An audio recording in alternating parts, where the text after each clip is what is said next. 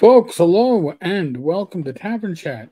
I'm your host, Eric Tenkar, your bartender in the OSR, your main proprietor at the Tenkar's Tavern blog. So, there's a link at the bottom of the screen, tenkar's-tavern.games/DTRPG. What does that do? It takes you to Drive Through RPG, and if you shop after going through this link, a few coins will go into the coffers of the tavern. We don't do sponsorships, we don't do paid advertisement. Yes, there are ads that are run by YouTube, but as a general rule, we are very picky as to who we will bring on to sponsor or advertise on this show. So you can support us by using our affiliate links. So let's go into the article. BackerKit, for those who don't know, BackerKit is now acting not just as a supplement for creators that are using Kickstarter, it's also a crowdfunding platform. Excuse me. BackerKit bans AI generated content from its platform, including art or board games.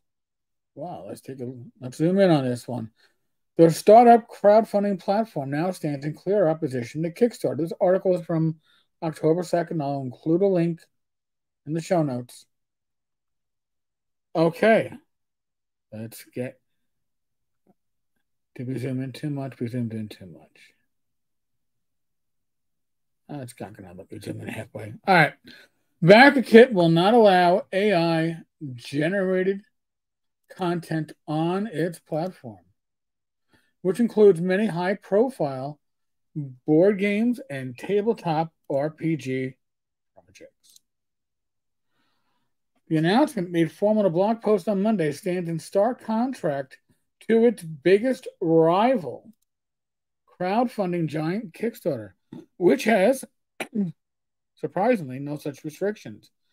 The announcement comes less than 1 month after AI-generated art in a Terraforming Mars board game expansion raised alarm among creators and backers alike. And I do remember that. BackerKit's policy goes into effect October 4th. That's tomorrow. This policy emphasizes that projects on BackerKit cannot include content solely generated by AI tools, the company said in its announcement. All content and assets must first be created by humans. The San Francisco-based startup said it stands with informed by more than 10 years of working with creatives on high-profile consumer-focused projects. At BackerKit, we're driven to ensure creators are fairly rewarded for their hard work and creativity, said BackerKit. Due to concerns about AI tools using content without proper compensation or permission, we'll continue to limit their use on our platform until there is a system that can guarantee fairness in sourcing, permission, and compensation. These AI tools, also known as generative AI, are controversial because they are fueled by the works of real artists almost entirely without their consent. There's also, by the way, I think Margaret Weiss was bringing up that they've been using her work for AI writing programs to learn from. It can be scary if you're a creative. There's a lot of companies that are looking to make money off of AI. Facebook, they're AI DM for Meta, amongst a bunch of other AI stuff that's coming into the works. So, generative AI literally cannot function without a large body of reference material, which is often gleaned from publicly available sources like web pages, books, and individual works of art. But the vast majority of AI developers have demonstrated varying levels of regard for ethical norms. So, that's a statement that I don't think I've heard from other news sources, that there is an ethical issue to this. And there is, right?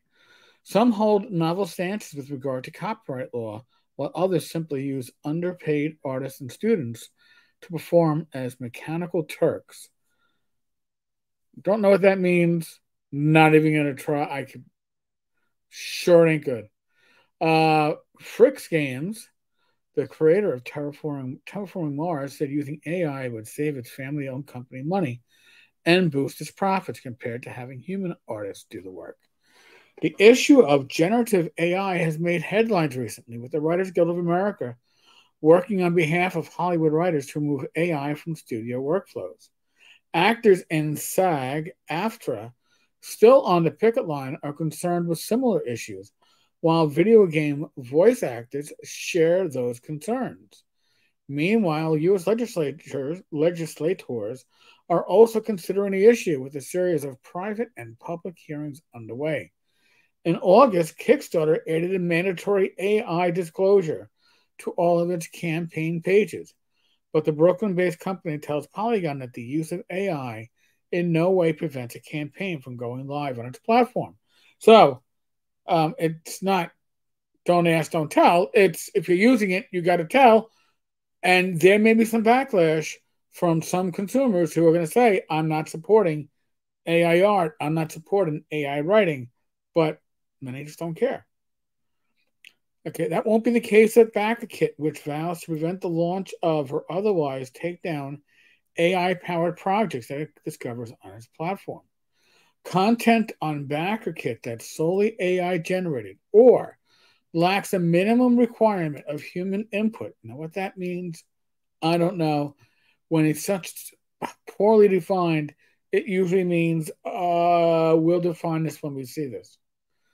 But or lacks a minimum requirement of human input may lead to the project being temporarily or permanently denied during the review process, BackerKit said. During a review, our trust and safety team may contact you to help provide verification that your content is within these guidelines. Violations of this policy after a project has launched could result in content removal, project suspension, or a project being removed. BackerKit also said that, as part of its policy, it will automatically prevent content uploaded by creators to its platform from being used to train AI. You can read the entire announcement on the BackerKit blog. I will link to that too, so you can follow up on your own, get all the information. This is corporations are laying out the ground rules, and they're not all laying out the same ground rules.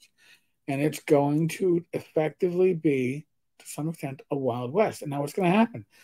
Maybe some creators are going to say, well, if Kickstarter allows AI, then I'm not using Kickstarter. I'm going to use BackerKit.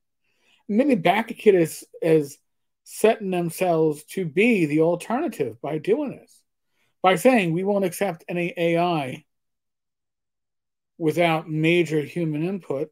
Which again, what the hell does that mean? Maybe they're setting themselves up to be the alternative. I don't know. Tell me what you think, folks. Give me your thoughts. Give me your take on this.